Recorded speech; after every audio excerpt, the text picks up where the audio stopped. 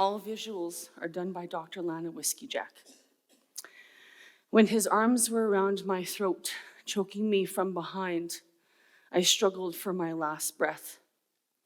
And as we fell to the ground, I continued to fight for my life. I never started living till I was 25 years old. My very existence was scratch and survive. As many of my family members have been through many forms of intergenerational genocide, such as the Indian Lands Act, the Indian Act, residential school, 60 scoop. Many were removed, starved, or slaughtered for their land or certain bodies of water. When trauma bleeds into our everyday of living, it's hard to overcome it. And people think, oh, this all happened long ago, which is an uneducated thought. Truth is, it is weaved and placed in every social structure and system that you can think of. A perpetual web that traps the poor and wounded. Very few successful interventional programs are in place, so families end up fractured and people struggle to get well.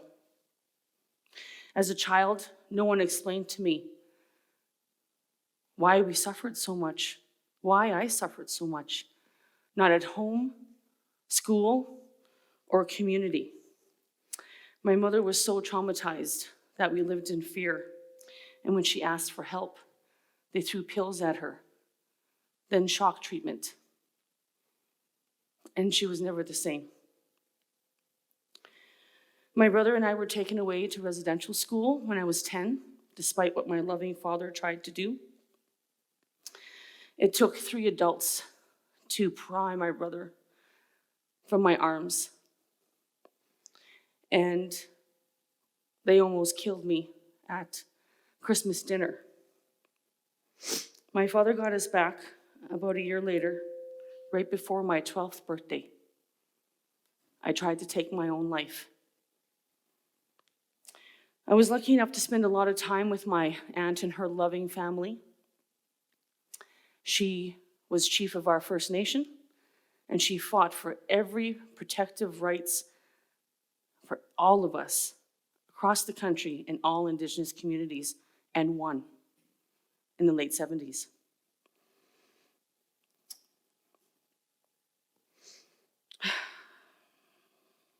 After my mother was murdered, I watched the man who killed her walk free, and that broke me. I went into a deep, dark addiction. Life meant nothing. I was with a man who exploited me and beat me to death for almost 2 years.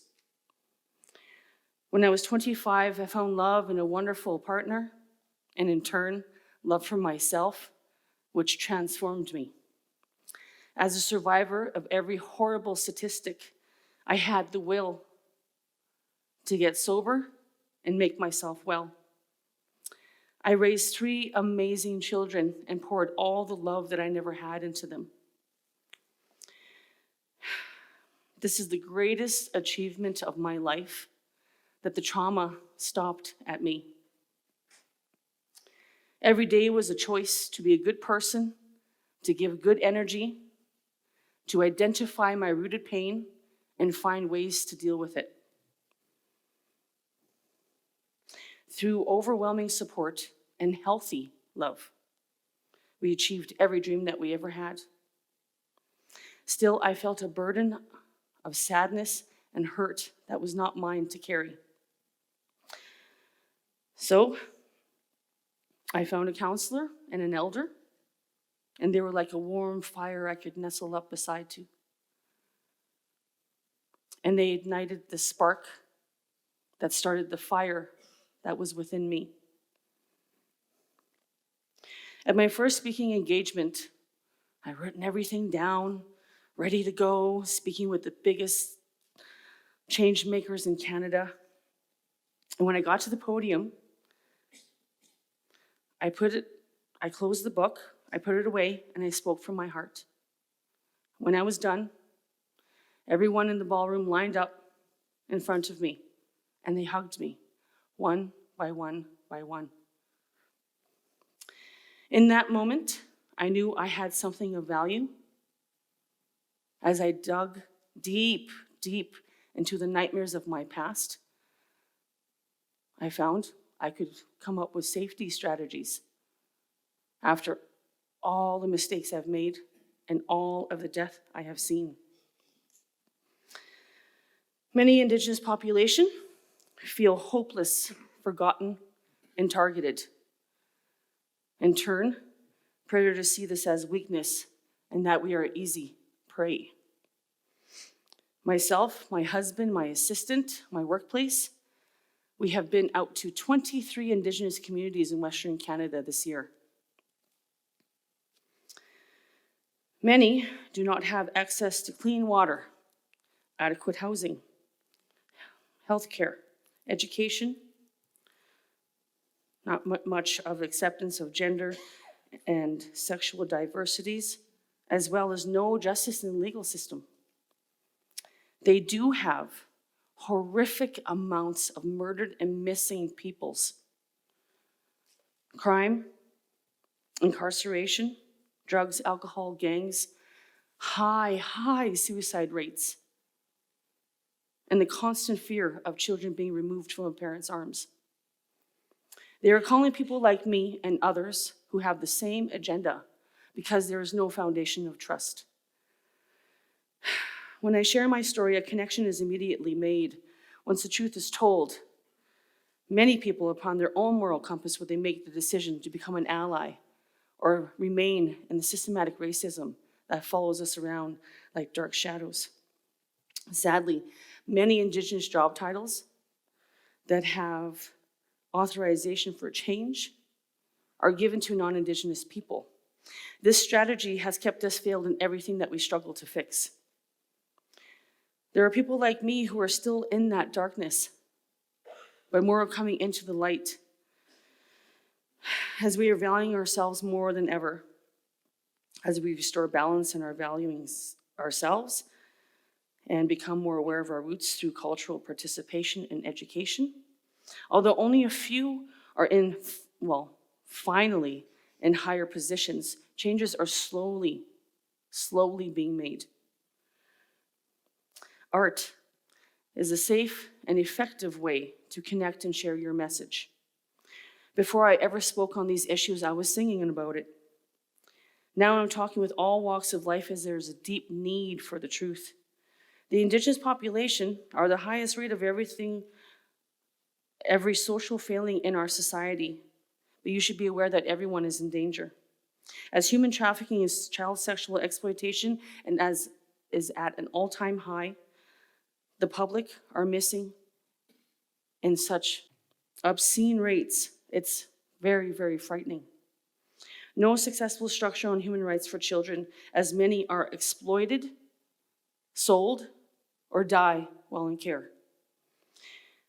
Be careful who influences your ideology and how well you are when making impactful decisions for others, as our leaders are only as successful as their people.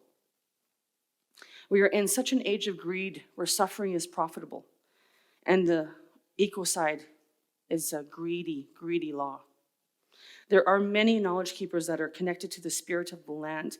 They know their relations to the plants, trees, water, animals. All need to be protected with human life in a historic yet modern balance.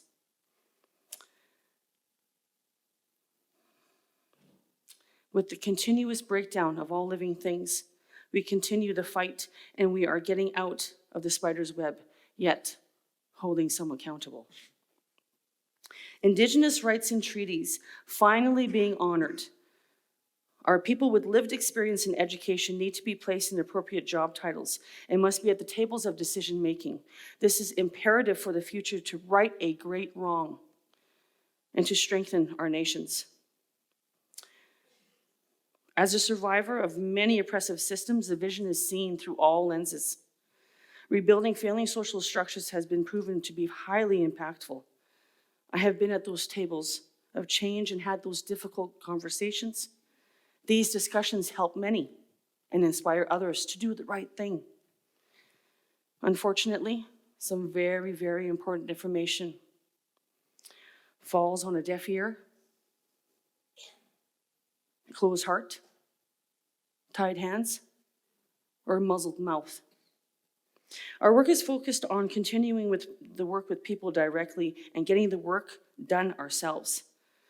My voice has been amplified all over the world and caught the attention of the Prime Minister as he sent his picture to my desk at work.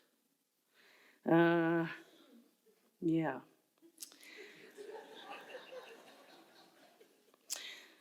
I was asked to do a keynote for the National Models United Nations Conference when I spoke on why Indigenous people had to survive their home country. I also interviewed 13 Indigenous peoples from different parts of the world. And through the translator, she told me that a couple of years ago, that they were dying and suffering for the same reasons as us, for land and water. Canadians are asking me to travel my country because they want to have hope and feel safe to making small steps towards big changes.